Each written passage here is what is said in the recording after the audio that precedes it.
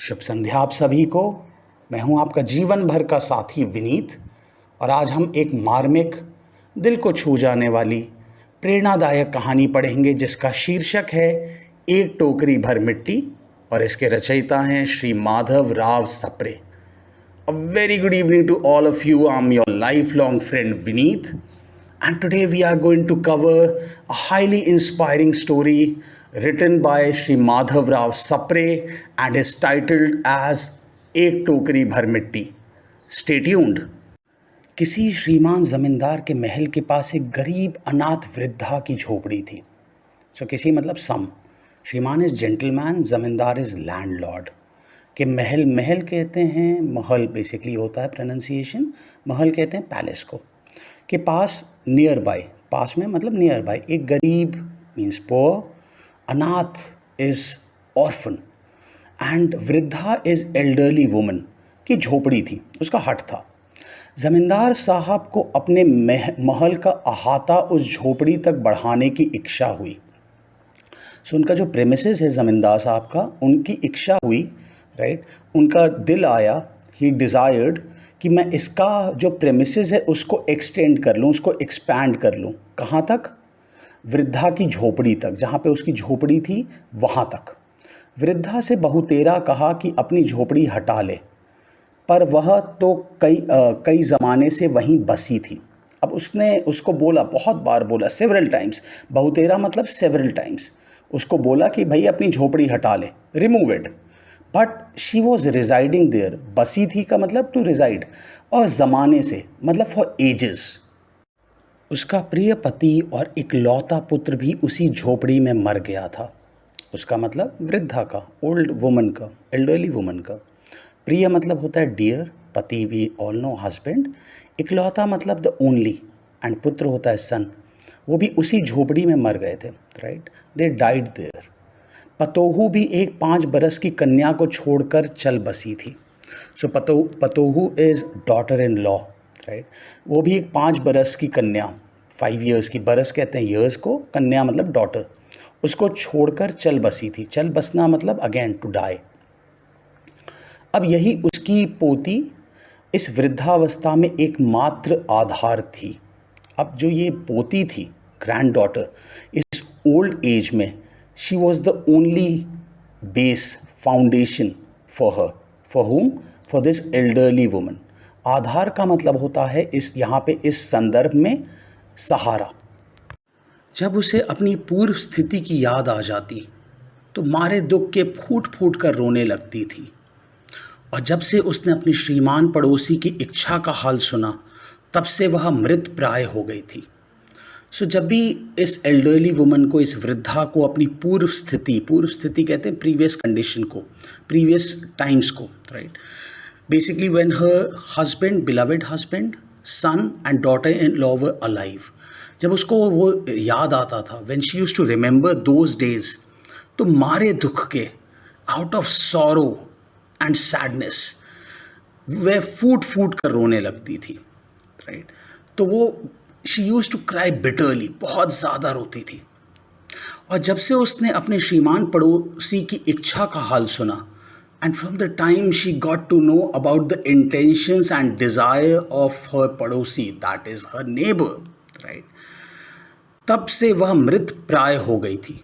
So she was nearly dead. मृत प्राय कहते हैं नियरली डेड, ऑलमोस्ट डेड। उस झोपड़ी में उसका ऐसा कुछ मन लग गया था कि बिना मरे वहाँ से निकलना ही नहीं चाहती थी। So she was so attached to that particular hut, of course for natural and obvious reasons, that she never wanted to step out before dying. वो वहीं पे रहना चाहती थी। She wanted to spend the remaining days of her life in that particular hut. श्रीमान के सब प्रयत्न निष्फल हुए, तब वे अपनी ज़मींदारी चाल चलने लगे।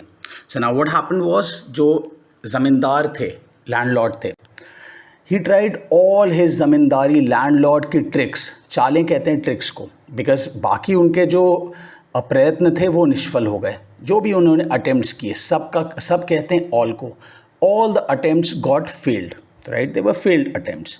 तो अब इन्होंने क्या किया, इन्होंने अपनी ट्रिक्स लगानी शुरू कर दी, right, which were not very clean and clear. बाल की खाल निकालने वाले वकीलों की थैली गर्म कर उन्होंने अदालत से उस झोपड़ी पर अपना कब्जा कर लिया और वृद्धा को वहाँ से निकाल दिया। सो बाल की खाल निकालना मतलब होता है nit picking. So basically exaggerating things, उल्टी सीधी बातें करना या बातें बना लेना, राइट, जो नहीं है उसको भी दिखा देना। सो ऐसे लॉयर्स के, वकील कहते हैं लॉयर्स को, राइट, ऐसे लॉयर्स की उन्होंने थैली गरम की। थैली गरम करने को कहते हैं टू गिव मनी और टू ब्राइब, घूस देना। ऐसे लोगों को, ऐसे वकीलों को उन्होंने मतलब ज़मींदार ने घूस दिया, पैसा दिया, ब्राइब किया और अदालत से उस झोपड़ी पर अपना कब्ज़ा कर लिया। And through the court of law, legal way में उन्होंने उस झोपड़ी को कैप्चर कर लिया, उस हट को कैप्चर कर लिया और वृद्धा को वहाँ से निकाल दिया। And he simply through out the old woman, the elderly woman, right.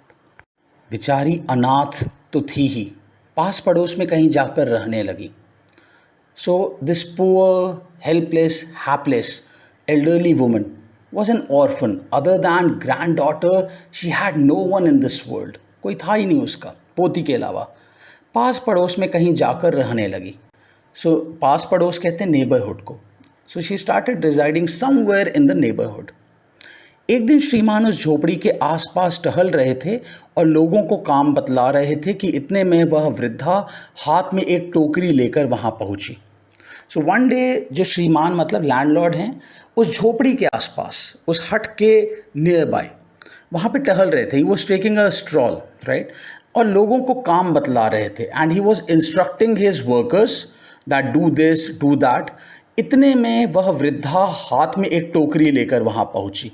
So he was instructing regarding the work, and during that time this elderly woman reached the spot with a basket in her hand. श्रीमान ने उसको देखते ही अपने नौकरों से कहा कि उसे यहाँ से हटा दो। So the moment he spotted the elderly woman, who that is the landlord, उन्होंने बोला, अपने नौकरों को इंस्ट्रक्ट किया, अपने सर्वेंट्स को ऑर्डर दिया, throw her out, right, take her away. पर वह गिड़गिड़ा कर बोली, महाराज अब तो झोपड़ी तुम्हारी ही हो गई है।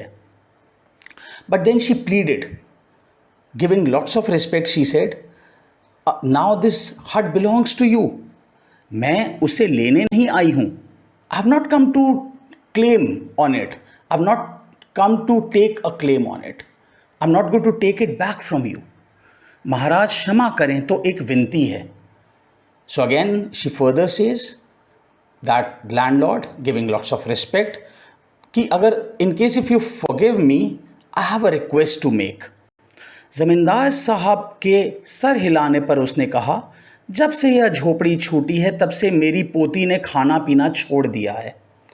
So when the ज़मींदार, the landlord nodded, उन्होंने बोला ठीक है, say what you want to say, right? तो उसने बोला कि जब से यह झोपड़ी छूटी है, from the time we have stepped out of this hut, now we have started residing elsewhere in the neighbourhood, but जब से यहाँ इस झोपड़ी से हम गए हैं तब से मेरी पोती ने खाना पीना छोड़ दिया है। From that moment my granddaughter is not eating properly और is not eating at all. भाई पानी नहीं छोड़ सकते हैं, बट स्टिल खाना पीने का मतलब है she has lost her appetite. मैंने बहुत कुछ समझाया पर वह एक नहीं मानती। She further says that I tried to counsel her, I tried to tell her that it's fine, things are going to be fine, but she is not listening at all. वो एक बात भी नहीं मान रही है। यही कहा करती है कि अपने घर चल, वहीं रोटी खाऊंगी। So she keeps insisting, who the granddaughter of this elderly woman, she keeps insisting that let's go back home and I am going to eat food there. अब मैंने यह सोचा कि इस झोपड़ी में से एक टोकरी भर मिट्टी लेकर उसी का चूल्हा बनाऊंगी, चूल्हा बनाकर रोटी पकाऊंगी। सो शी सेज कि now what I decided, right, that I am simply going to take one basket of soil, मिट्टी कहते हैं सॉइल को।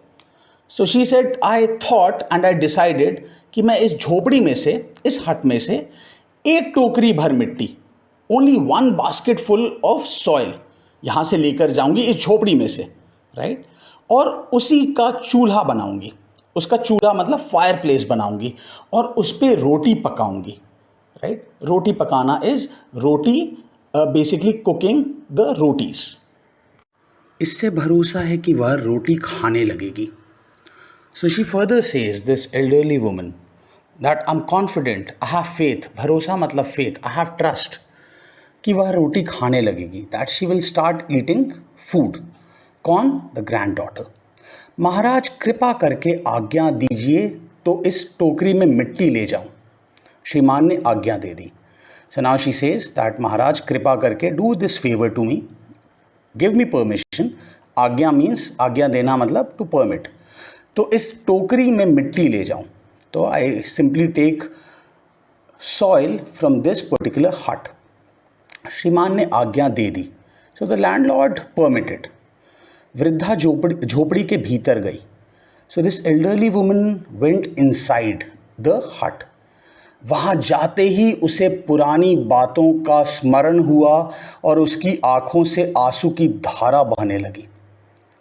So the moment she entered the हट, पुरानी बातें, जितनी ओल्ड मेमोरीज थी, फॉन्ड मेमोरीज, उनका स्मरण हुआ। शी रिमेंबर्ड देम, और उसकी आंखों से आंसू की धारा बहने लगी। And tears started streaming down her cheeks. अपने आंतरिक दुख को किसी तरह संभाल कर उसने अपनी टोकरी मिट्टी से भर ली और हाथ से उठाकर बाहर ले आई। सो अपने आंतरिक दुख कहते हैं इनर पेन को, राइट, उसको किसी तरह संभाल कर मतलब होता है हैंडल करके, right. Somehow she tackled the inner pain. उसने अपनी टोकरी मिट्टी से भर ली। सो उस पर्टिकुलर बास्केट में she filled the soil of the hut और हाथ से उठाकर बाहर ले आई। And she lifted it and brought it outside. फिर हाथ जोड़कर श्रीमान से प्रार्थना करने लगी कि महाराज कृपा करके इस टोकरी को ज़रा हाथ लगाइए जिससे कि मैं उसे अपने सिर पर धर लूँ। So now when she comes out, तो उसने अपने हाथ जोड़े, फिर हाथ जोड़े मतलब she folded her hands and she said that I have a request to make, that is landlord कृपा करके do this favour to me, कि ये जो टोकरी है, बास्केट है, इसको ज़रा हाथ लगा दीजिए, राइट। हाथ लगाना मतलब give me some help, give me some support, right. तो जिससे कि मैं उसे अपने सिर पर धर लूँ, so that I can place it on my head. धर लूँ का मतलब टू होल्ड और टू प्लेस, कहाँ पे? सिर पे, हेड पे। जमींदार साहब पहले तो बहुत नाराज़ हुए। सो द लैंडलॉर्ड बिकेम फ्यूरियस, बहुत ज़्यादा नाराज़ हो गए, बहुत ज़्यादा गुस्सा हो गए। पर जब वह बार बार हाथ जोड़ने लगी और पैरों पर गिरने लगी तो उनके भी मन में कुछ दया आ गई। But then she started pleading time and again, right, again and again. हाथ जोड़ने लगी। She simply started folding her hand, started touching his feet, पैरों में गिरने लगी। तो उनके मन में कुछ दया आ गई। He felt pity on her, right? There was some mercy in his heart, which simply cropped up for this elderly woman. किसी नौकर से न कहकर अपना आप ही स्वयं टोकरी उठाने को आगे बढ़े। So he did not instruct any servant. किसी भी नौकर को उन्होंने नहीं बोला, किसी सर्वेंट को नहीं बोला, स्वयं ही, आप ही स्वयं मतलब खुद ही, राइट, ऑन हिज ओन टोकरी उठाने को आगे बढ़े। So he simply went forward to lift the basket. Why? In order to place it on the head of this elderly woman. ज्यों ही टोकरी को हाथ लगाकर ऊपर उठाने लगे, त्यों ही देखा कि यह काम उनकी शक्ति से बाहर है। So the moment he tried to lift this basket, he could understand that this is beyond my ability, beyond my limit. उनको समझ में आ गया कि मुझसे नहीं हो पाएगा, इतनी टोकरी भारी थी शायद, या कैसी थी हमें आगे पता चलेगा। फिर तो उन्होंने अपनी सब ताकत लगाकर टोकरी को उठाना चाहा, पर जिस स्थान पर टोकरी रखी थी वहाँ से वह एक हाथ भी ऊंची ना हुई। So now after that the landlord, उन्होंने मतलब the landlord, he put his entire strength, पूरी ताकत लगा दी to lift the basket full of soil. मगर वो जहाँ पे रखी हुई थी, where it was placed, he could not lift it much, बहुत ज़्यादा ऊंचा उठा ही नहीं पाए। वह लज्जित होकर कहने लगे कि नहीं, यह टोकरी हमसे ना उठाई जाएगी। सो ही फेल्ट एम्बैरेस्ड, लज्जित होना मतलब to feel embarrassed. So then he states and he confesses कि no, I won't be able to lift this basket. यह सुनकर वृद्धा ने कहा, महाराज नाराज ना हो, आपसे तो एक टोकरी भर मिट्टी उठाई नहीं जाती, तो इस झोपड़ी में तो हजारों टोकरियां मिट्टी पड़ी हैं। So when she listened to it, when he expressed that I won't be able to lift this basket, so she said, please don't be angry, नाराज ना हो, don't be angry, आपसे तो एक टोकरी भर मिट्टी उठाई नहीं जाती, so you are unable to lift even one mere basket full of soil। कहाँ की? इस हट की। तो इस झोपड़ी में तो हजारों टोकरियां मिट्टी पड़ी हैं। सो इस झोपड़ी के अंदर, हट में तो हजारों, thousands of baskets of soil is there। उसका भार आप जन्म भर कैसे उठा सकेंगे? So she further asks, she questions him, whom? That is the landlord। कि उसका भार, उसका बर्डन, भार कहते हैं बर्डन को, आप जन्म भर, right, for the entire life, life long, इसका बर्डन आप कैसे उठा सकेंगे? How will you be able to lift the burden, right, during a lifetime? आप ही इस बात पर विचार कीजिए। So she says, think about it. जमींदार साहब धन मद से गर्वित हो अपना कर्तव्य भूल गए थे, पर वृद्धा के उपर्युक्त वचन सुनते ही उनकी आंखें खुल गईं। सो जो जमींदार साहब थे, the landlord, he simply had he had turned really proud। There was a sense of pride, pseudo pride कहते हैं false pride, more of ego, just because of intoxication of wealth। बहुत पैसा आ चुका था। So due to that he had simply lost track of his duties। जो उनके कर्तव्य थे, ड्यूटीज थी, he had forgotten them, भूल गए थे। मगर जब वृद्धा के अबव मेंशन्ड स्टेटमेंट आया, उपर्युक्त वचन का कहते हैं उसको, अबव मेंशन्ड स्टेटमेंट, जब उसने बोला कि आप एक टोकरी का भार नहीं उठा पा रहे हैं, तो इतना भार आप कैसे जन्म भर उठा सकेंगे, जहाँ पे हजारों टोकरियाँ, इस टोकरियों की मिट्टी, राइट, इस झोपड़ी में है। सो अब क्या हुआ कि उनकी आंखें खुल गईं। It was an eye opening statement to him. कृतकर्म का पश्चाताप कर उन्होंने वृद्धा से क्षमा मांगी और उसकी झोपड़ी वापस दे दी। सो कृतकर्म कहते हैं परफॉर्म्ड एक्शन। सो परफॉर्म्ड एक्शन मतलब the action that took place in the past में उन्होंने क्या किया था? अदालत में, कोर्ट ऑफ लॉ में अनफेयर मीन्स यूज़ करते हुए, थ्रू लॉयर्स, उन्होंने उस जो हट है उसको कैप्चर कर लिया था। तो उसका पश्चाताप करते हुए, पश्चाताप कर, रिमोर्स, रिपेंटेंस करके, राइट, उन्होंने वृद्धा से क्षमा मांगी, right. So he asked for forgiveness from this hapless, helpless, poor elderly woman, right, और उसकी झोपड़ी वापस दे दी। And he returned the hut to her and to her granddaughter. इस कहानी में इतना ही, और इसके रचयिता हैं माधवराव सप्रे। तो आइए लेखक से परिचय कर लेते हैं। Let us have an introduction of the author, that is Madhavrao Sapre. Hindi की प्रारंभिक कहानियों में एक टोकरी भर मिट्टी का भी उल्लेख आता है। सो हिंदी जो लैंग्वेज है उसकी प्रारंभिक कहते हैं इनिशियल, राइट, उसकी इनिशियल जो स्टोरीज़ थी उसमें एक टोकरी भर मिट्टी, दैट इज़ दिस स्टोरी, का भी उल्लेख आता है। उल्लेख कहते हैं मेंशन को। इसके लेखक माधवराव सप्रे हैं। ऐसा माना जाता है कि वह लोकमान्य बाल गंगाधर तिलक की प्रेरणा से हिंदी में आए थे, right. So it is believed, ऐसा माना जाता है, इट इज़ बिलीव्ड कि उन्होंने इंस्पिरेशन कहाँ से ली थी in order to enter the world of Hindi literature, that was from Lokmanya Bal Gangadhar तिलक।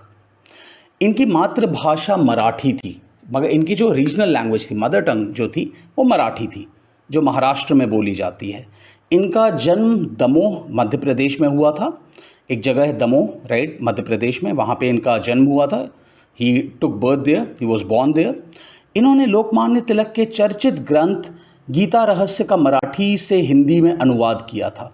सो इन्होंने जो लोकमान्य तिलक का पॉपुलर, चर्चित कहते हैं पॉपुलर को, उसका जो एक स्क्रिप्चर है by the name of Gita Rahasya, उसका मराठी से हिंदी में अनुवाद किया। So from Marathi he translated it in Hindi. Swadeshi आंदोलन और बॉयकॉट इनकी प्रमुख कृतियां हैं। सो ये दोनों, दैट इज स्वदेशी आंदोलन और बॉयकॉट, इनकी प्रमुख कृतियां हैं। प्रमुख मतलब इम्पॉर्टेंट, कृति का मतलब होता है वर्क, राइट। एक टोकरी भर मिट्टी जैसी कहानियां केवल घटनाएं नहीं सुनाती, बल्कि मिट्टी से उठते हुए उन प्रश्नों को उठाती हैं जो हमारे सामाजिक ताने बाने में गांठ बनकर अटके हैं। तो जो ये इस टाइप की स्टोरीज़ हैं, एक टोकरी भर मिट्टी, ऐसी कहानियाँ केवल घटनाएं नहीं सुनाती।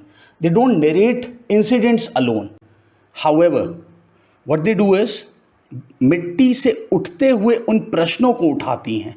सो they simply raise questions from the ground, right, जो हमारे सामाजिक ताने बाने में गांठ बनकर अटके हैं, जो हमारे सोशल फैब्रिक ऑफ सोसाइटी में, सामाजिक ताने बाने कहते हैं फैब्रिक ऑफ सोसाइटी को, उसमें नॉट बन के, गांठ बन के, they are stuck there. So this is an introduction, a beautiful introduction of the author Madhavrao Sapre. पाठ के अंत में चलिए बढ़ चलते हैं प्रश्नोत्तर की ओर, और पहला खंड है मेरी समझ से। निम्नलिखित प्रश्नों के उपयुक्त उत्तर के सम्मुख तारा बनाइए। कुछ प्रश्नों के एक से अधिक उत्तर भी हो सकते हैं। सो पहला भाग है, जमींदार को झोपड़ी हटाने की आवश्यकता क्यों लगी? और इसका सही उत्तर है तीसरा, वह अहाते का विस्तार करना चाहता था। दूसरा आ जाते हैं दूसरे वाक्य पे। वृद्धा ने मिट्टी ले जाने की अनुमति कैसे मांगी? क्रोध और झगड़ा करके, अदालत से अनुमति लेकर, विनती और नम्रता से, या चुपचाप उठाकर ले गई? इसका उत्तर भी तीसरा है, तीसरा भाग, विनती और नम्रता से। तीसरा वाक्य है, वृद्धा की पोती का व्यवहार किस भाव को दर्शाता है? दया, लगाव, गुस्सा या डर? और इसका सही उत्तर है दूसरा भाग, लगाव। कहानी का अंत कैसा है? दुखद, सुखद, प्रेरणादायक या फिर सकारात्मक? और इसके उत्तर हैं एक से ज़्यादा, सुखद, प्रेरणादायक, सकारात्मक। अगले खंड जिसका शीर्षक है मिलकर करें मिलान, उसकी ओर बढ़ने से पहले आइए कुछ शब्दों के अर्थ कर लेते हैं, देख लेते हैं, समझ लेते हैं, जो अभी हम लोगों ने किए खंड मेरी समझ से के अंतर्गत। सबसे पहला है आवश्यकता। ज़मींदार को झोपड़ी हटाने की आवश्यकता क्यों लगी? आवश्यकता इज़ नेसेसिटी और रिक्वायरमेंट। झोपड़ी जर्जर हो चुकी थी। जर्जर कहते हैं इन अ वेरी बैड कंडीशन और सिचुएशन। बाधा कहते हैं, जहाँ यहाँ लिखा है झोपड़ी रास्ते में बाधा थी। सो बाधा कहते हैं इम्पेडिमेंट को, हिंड्रेंस को, स्टम्बलिंग ब्लॉक को। विस्तार कहते हैं एक्सपेंशन को। पुराना झगड़ा इज़ ओल्ड फाइट। अनुमति कहते हैं, अगर आप प्रश्न दूसरा देखेंगे तो अनुमति कहते हैं परमिशन को। क्रोध कहते हैं एंगर को, झगड़ा एज वी नो फाइट। अदालत इज कोर्ट ऑफ लॉ। विनती is pleading, urging. Namrata is politely. चुपचाप इज साइलेंटली। पोती वी नो ग्रैंड डॉटर। व्यवहार इज बिहेवियर।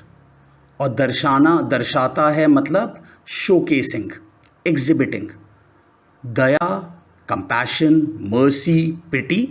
लगाव इज अटैचमेंट, गुस्सा इज एंगर, और डर का अर्थ है फियर। कहानी का अंत कैसा है? सो स्टोरी का एंडिंग कैसा है? दुखद, दैट इज सैड। सुखद, हैप्पी। प्रेरणादायक, दैट इज इंस्पायरिंग, या फिर सकारात्मक, दैट इज पॉजिटिव।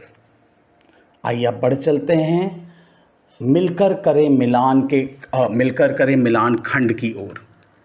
पहला वाक्य है, अब यही उसकी पोती इस वृद्धा काल में एकमात्र आधार थी। राइट, तो she was the only one the old lady had. इसका सही उत्तर है पहला, वृद्धावस्था, दैट इज ओल्ड एज में जो ओल्ड लेडी थी उसका सहारा उसकी पोती ही थी।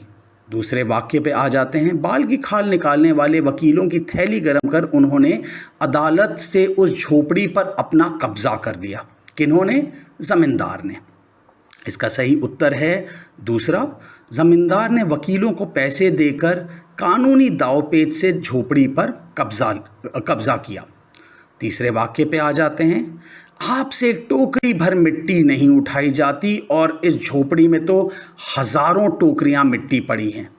तो ये वृद्धा ने बोला था, और इसका सही उत्तर है दूसरा, वृद्धा ने टोकरी को प्रतीक बनाकर, प्रतीक इज सिंबल, जमींदार को उसके अन्याय कहते हैं इनजस्टिस को, का अनुभव कराया, एक्सपीरियंस कराया।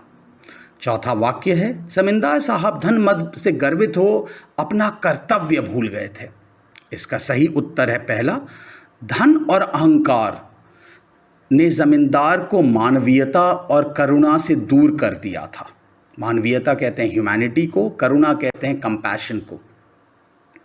फिफ्थ वन इज, पांचवा वाक्य है, कृत कर्म का पश्चाताप कर उन्होंने वृद्धा से क्षमा मांगी।